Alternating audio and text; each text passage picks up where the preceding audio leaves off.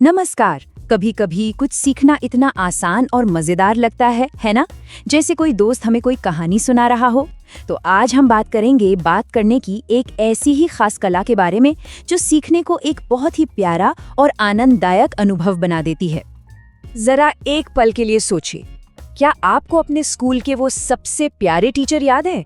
उनकी आवाज, उनके समझाने का तरीका, आखिर उनमें ऐसा क्या खास था जो आज भी हमारे दिल में बसा हुआ है? शायद उनकी आवाज में एक अपनापन था। सही कहा ना? जानते हैं, इसी अपनेपन को हम एक नाम दे सकते हैं। इसे कहते हैं the compassionate educator voice persona. अरे मुश्किल नाम है, पर इसका मतलब बहुत सीधा और सरल है। इसका मतलब है एक हमदर्द शिक्षक जैसी आवाज। ये बात करने का बस एक ऐसा तरीका है जिसमें सीखना बहुत आसान, मजेदार और ऐसा लगता है मानो हम कुछ देख रहे हों, बिल्कुल वैसे जैसे कोई टीचर हमें बहुत प्यार और ध्यान से पढ़ा रहा हो। चलो आज इसी के बारे में और जानते हैं। ठीक है, तो चलो अब जरा और अंदर चलते हैं इस टॉपिक में। किसी भी बातचीत की तरह इस स्टाइल की नींव भी आवाज और हमारे चुने हुए शब्दों से ही शुरू होती है।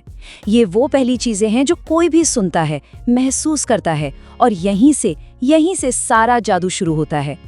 तो सबसे पहली और सबसे जरूरी चीज है एक नर्म और दोस्ताना आवाज। सोचिए, एक ऐसी आवाज जो बहुत कोमल हो, जिसमें भाव हो और जो बिल्कुल साफ सुनाई दे, जैसे टीचर बहुत शांति से बच्चों से बात कर रही हो। जब आवाज में कोई तनाव नहीं होता ना, तो हमारे दिमाग को भी आराम मिलता है और वो नई बातें सीखने के लिए एकदम तैयार हो जाता है।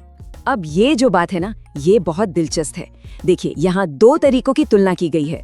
एक तरफ है मुश्किल शब्द और भारी भरकम लहजा, जिन्हें समझने में ना दिमाग को बहुत मेहनत करनी पड़ती है और इससे सीखना एक बोझ जैसा लगने लगता है। और दूसरी तरफ है सरल आम बोलचाल की भाषा, जो हर किसी को आसानी से समझ आती है। जब भाषा आसान होती है तो सुनने वाले को एक अपनापन महसूस होता है, जैसे वो किसी दोस्त से गप्पे लड़ा रहा हो। और ये स्लाइड तो देखो, इस बात को कितनी खूबसूरती से दिखाती है। अच्छा दोस्तों, चलो ये आसान सा उदाहरण देखते हैं। इस एक छोटे से वाक्य में कितनी सरलता है, कितना अपनापन है। ये किसी को भी सीखने की प्रक्रिया में शामिल होने के लिए हिम्मत देता है, बिना किसी झिझक के।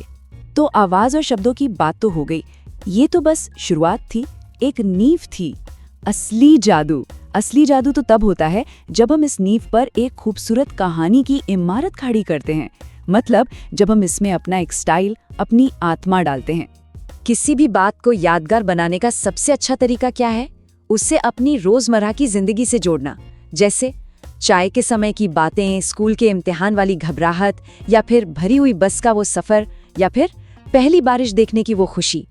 जब हम ऐसे छोटे छोटे और मजेदार उदाहरण देते हैं तो सुनने वाला फौरन उस बात से जुड़ जाता है।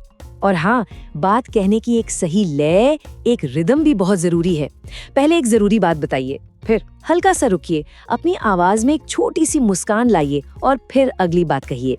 इस धीमी रफ्तार और गर्मजोशी से ना सुनने वाले को बहुत शांत और खुश महसूस होता है, जिससे वो जानकारी को बहुत आसानी से समझ पाते हैं। तो कुल मिलाकर सबसे जरूरी बात यह है कि हमें ऐसे समझाना चाहिए जैसे एक टीचर अपने बच्चों से बहुत प्यार करती है। समझाने का अंदाज शांत हो, थोड़ा मजाकिया हो और हमेशा हिम्मत बढ़ाने वाला हो। इससे ये महसूस होता है कि सिखाने वाले को सच में इस बात की परवाह है कि सामने वाले को समझ आ भी रहा है या नहीं। इस स्टाइल को और भी नेचुरल बनाने के लिए ना हम कुछ छोटे छोटे वाक्यों का इस्तेमाल कर सकते हैं।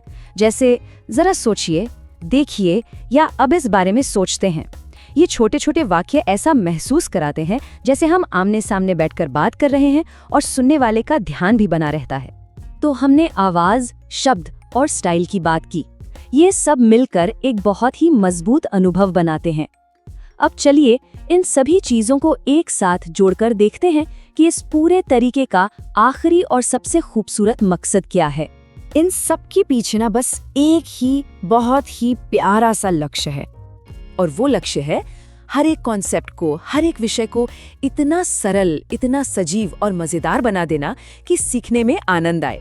इसका असली मकसद ये है कि कोई भी मुश्किल बात इतनी आसान लगे कि कोई नया सीखने वाला या कोई स्कूल का बच्चा भी उसे आराम से समझ सके। तो दोस्तों, जाते जाते बस एक बात याद रखना, हर दिन थोड़ा थोड़ा सीखना ही एक दिन बहुत बड़ी सफलता दिलाता है। अपनी सीखने की इस यात्रा को हमेशा खुशी और उत्साह से भरकर रखिए।